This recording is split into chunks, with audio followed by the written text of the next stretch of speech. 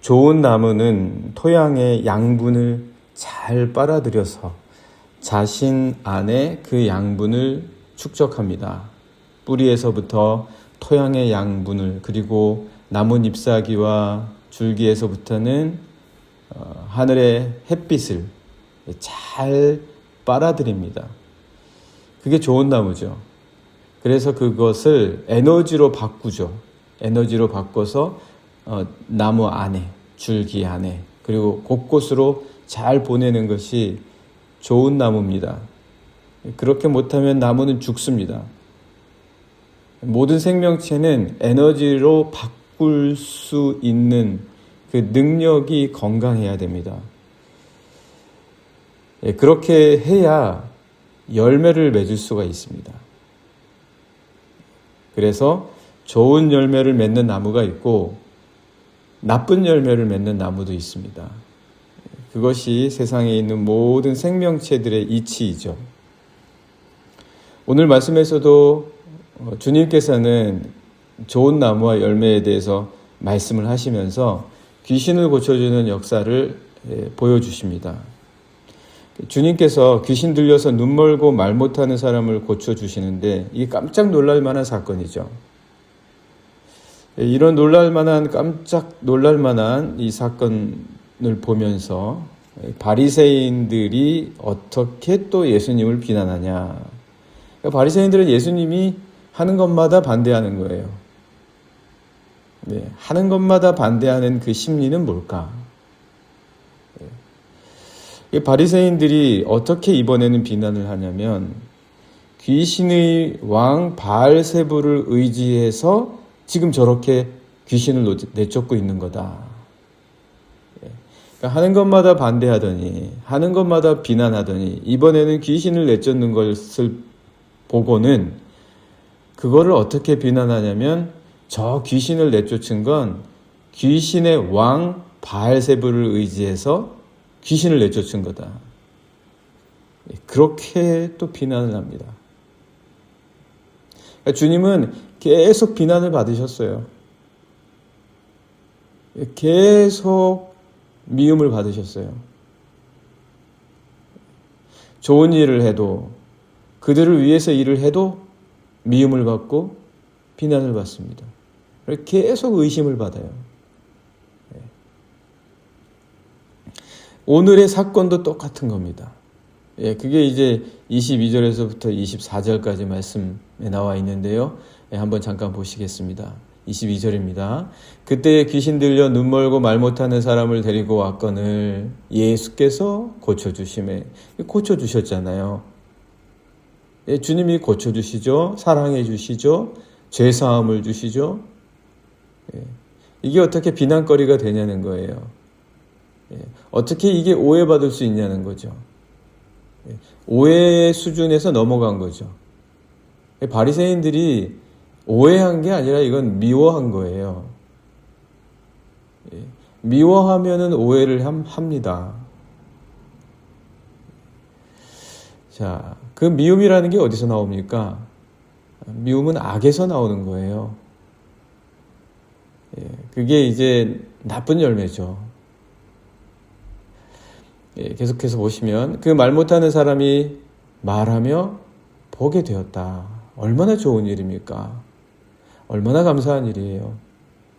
23절 무리가 다 놀라 이르되 이는 다윗의 자손이 아니냐 하니. 그러니까 싫은 거는 이게 싫은 거예요. 무리들이 예수님을 사랑하게 되는 거죠. 그리고 예수님을 메시아로 점점 이렇게 인식하게 되는 거예요. 정작 싫은 거는 바로 여기에서 온 것이다.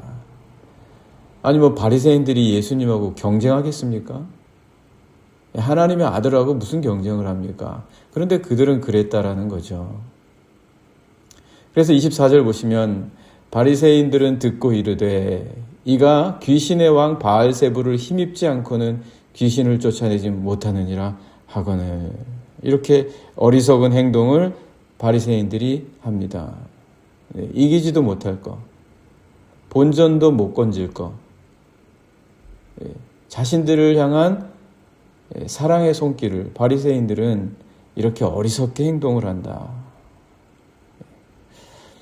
그래서 우리는 좋은 열매가 맺히게 해야 됩니다. 나쁜 열매가 맺히지 않고 좋은 열매가 맺히게 해야 된다. 그러면 어떻게 해야 되냐? 바리새인들은 주님의 사역을 인정하고 싶지 않아서였겠지만, 그래서 이런 반응을 보였겠지만, 결국 그들이 한 것은 뭡니까? 그로 인해서 그들이 떠들어댄 거는 결국 주님이 귀신 들렸다고 하는 거 아니에요, 지금. 지금 무슨 말 하는 겁니까? 자신들이 생각지도 못했던 말로 점점 하게 되는 거예요. 꼴이 결국 그 꼴이 되는 거예요. 정작 작은 미움에서, 작은 경쟁에서 시작됐다 할지 몰라도 그 결과는 엄청난, 어마어마한, 바리새인들로서는 정작 정말 엄두도 내서는 안 될, 하지 말아야 될 그런 일들을 그들의 입으로 하게 되는 거예요. 이 말이 무서운 겁니다. 작은 것에서부터 시작해서 주님이 뭐라고 말씀하십니까? 절대 사함을 얻지 못한다고 말씀하시잖아요. 모독이라고까지 말씀하시잖아요. 주님이. 이런 엄청난 결과를 이 바리새인들이 결국 하게 되는 정말 미련한 일을 한다라는 것이죠. 주님이 왜 모독이라고 말씀하시고 절대 사함을 얻지 못할 것이다 라고 하시는 그런 이유는 무엇입니까? 바리새인들은 귀신 들린 것과 성령의 역사를 분별을 못하는 거예요. 분별을 못하니까 막 말하는 거죠. 성령을 귀신이라고 말하는 거예요, 지금. 귀신이 뭔지, 성령이 뭔지, 성령과 귀신, 귀신과 성령, 어느 것 하나 분별을 못하는 거예요. 정신없는 거예요, 지금 바리새인들이. 자기들의 생각에 빠지면 아무것도 분별을 못합니다. 아무것도 분별을 못해요.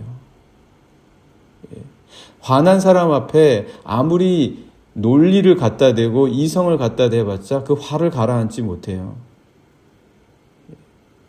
그걸 가라앉히지 못합니다. 그래서 분노하면 안 되는 거죠. 분별력을 잃어버리니까요.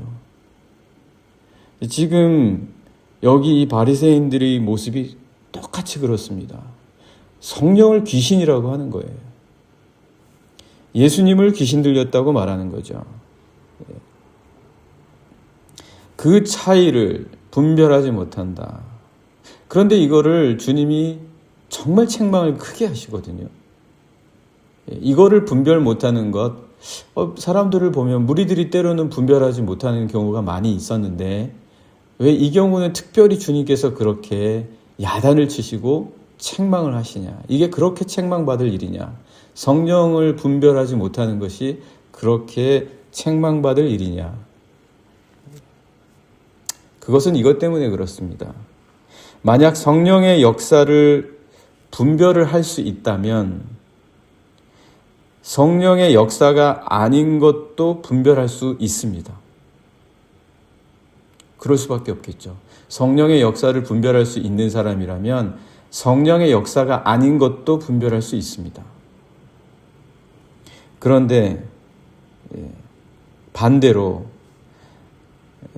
성령의 역사를 분별하지 못하는 경우, 아무리 모든 것을 분별한다고 해도 잘 분별을 해요. 어떨 때는 정말 똑똑한 것 같아요. 모든 것을 다 판단을 정말 잘해요. 그런데 성령의 역사를 분별을 못한다.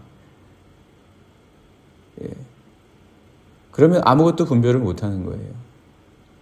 모든 것을 다 분별을 잘한다고 해서 성령의 역사를 분별하는 것은 아닙니다. 항상 판단과 선택을 잘한다고 해도 성령의 역사가 저절로 분별이 되고 성령의 역사를 잘 따라가는 것은 아니더라라는 것이죠.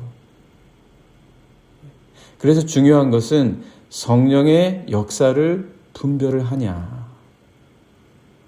영의 사람이 되는 것이 너무너무 중요하다. 우리 그리스도인들에게서는 그것이 굉장히 중요하다.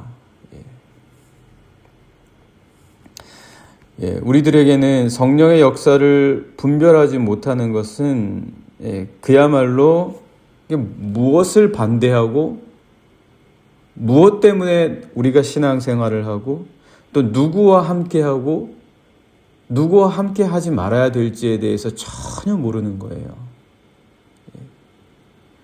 신앙생활을 할 때 어떤 이들과 함께하는 것이 신앙의 유익이요, 누구와 함께 신앙생활을 나누고 또 어떤 이들을 돌봐주고 어떤 이들과 함께 마음을 모아야 할지에 대해서 전혀 모르는 거죠.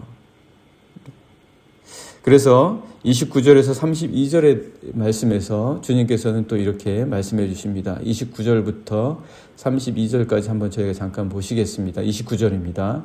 사람이 먼저 강한 자를 결박하지 않고서야 어떻게 그 강한 자의 집에 들어가 그 세간을 강탈하겠느냐.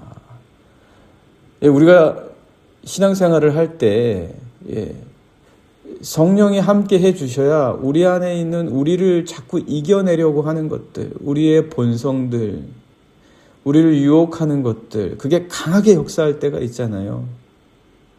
우리의 성품과 성격들이 강하게 우리 안에서 역사해서 우리를 끌고 가는 것들이 있습니다. 우리가 원치 않는 말을 마구 내뱉게 할 때도 있고, 우리가 원치 않고 감추고 싶었던 성품들을 마구 쏟아내게 할 때가 있어요. 그런 것들을 어떻게 우리가 결박시켜야 되는데 그걸 뭘로 하냐는 거예요. 성령의 역사로 그것을 결박해본 경험이 없는 사람은 그거를 절대 못합니다. 그걸 할 수가 없어요. 내 육적인 성품과 내 과거의 성품이 불같이 쏟아져 나오고 내 입이 내가 원치 않는 말을 홧김에 마구 쏟아내버리는 것을 성령이 주신 강한 힘으로 결박시키지 못하면, 그걸 해본 적이 없는 사람은 그거를 절대 못한다는 거예요. 내가 마땅히 그리스도인으로서 신앙의 삶을 살아가야 되는데 나에게 때때로 강하게 유혹하는 것이 있단 말이에요. 이거를 성령이 결박하지 않으면 무엇으로 결박하겠습니까? 그런 유혹들을. 그거를 경험을 못 해본 거예요, 이 바리새인들은. 그래서 주님께서 이렇게 말씀하시는 거죠. 그래야, 그렇게 성령이 역사한 것을 경험해야, 아, 주님과 동행하는 것이 이것이구나, 이거를 성품으로 알죠. 그게 30절 아닙니까? 나와 함께 아니하는 자는 나를 반대하는 자예요. 성령의 역사를 인정하지 않는데 네가 어떻게 나하고 함께 할 수가 있겠냐. 성령의 역사와 함께 동행해 본 적이 없는데 나와 언제 함께 했었냐. 함께 한 적이 한 번이라도 있었냐. 이렇게 말씀하시는 거죠. 그러면서 나와 함께 모으지 아니하는 자는 해치는 자니다. 31절. 그러므로 내가 너희에게 이르노니 사람에 대한 모든 죄와 모독은 사하심을 얻되 성령을 모독하는 것은 사하심을 얻지 못하겠고. 32절. 또 누구든지 말로 인자를 거역하면 사하심을 얻되 누구든지 말로 성령을 거역하면 이 세상과 오는 세상에서도 사하심을 얻지 못하리라. 주님께서 아주 강력하게 말씀하시는 거죠. 그러나 성령의 역사를 분별하는 자는 자신 안에 차곡차곡 온갖 좋은 것을 쌓아갈 수 있는 사람입니다. 앞서서 우리가 말씀 나눈 것처럼 좋은 나무가 있잖아요. 좋은 나무는 그 토양의 양분을 다 빨아들여서 에너지로 바꿀 수 있도록 자신 안에 그 모든 양분을 쌓을 수 있는 사람입니다. 성령의 역사를 분별하는 자가 그렇다는 거예요. 차곡차곡 온갖 좋은 것들을 영적으로 바꿔서 영적으로 바꿀 수 있는 거예요. 영적으로 바꾼다는 게 무슨 말입니까? 믿음으로 바꿀 수 있는 거예요. 소망으로 바꿀 수 있는 거예요. 사랑으로 바꿀 수 있는 거예요. 그게 안에 쌓이는 거예요. 바뀌어서. 그래서 그것을 자신의 영혼 안에 차곡차곡 쌓아놓을 수 있는 사람이다. 아주 작은 사건, 기쁨과 슬픔과 아픔까지도 자신 안에 영적으로 바꾸어서 쌓을 수 있는 좋은 나무가 바로 영적인 사람이다. 그래서 결국에는 성령의 열매를 맺습니다. 성령의 열매를 맺습니다. 이게 어떤 사람이냐? 성령의 역사를 분별하는 사람이 이렇다는 거예요. 그래서 성령의 사람들이 자신 안에 쌓는 모든 것들, 그래서 이 성령의 사람들이 하는 말씀, 기도, 예배, 성령의 사람은요, 성령의 역사를 분별하는 사람들은 가장 첫째가 뭡니까? 말씀, 기도, 예배예요. 공동체예요. 말씀, 기도, 예배. 굉장히 중요합니다. 이걸 영적으로 바꿔서 자신 안에 차곡차곡 쌓아놓을 수 있는 사람이다. 말씀, 기도, 예배가 어디로 사라지는 게 아니에요. 자신 안에 영적인 힘으로 다 남습니다. 다 쌓여요. 네, 오늘 함께 같이 기도하기 원합니다. 하나님, 성령의 역사를 분별하는 사람이 되게 해주십시오. 우리가 드리는 예배와 기도와 이 말씀의 모든 것들이 우리 안에 영적으로 차곡차곡 믿음으로 바뀌고 소망으로 바뀌고 사랑으로 바뀌어서 성령의 좋은 열매를 맺어낼 수 있도록 우리 안에 차곡차곡 잘 쌓여지는 자가 되게 해주십시오. 오늘 하루도 그런 영적인 에너지를 쌓아가는 그런 하루, 귀한 하루 되게 해주십시오. 함께 같이 기도하시겠습니다.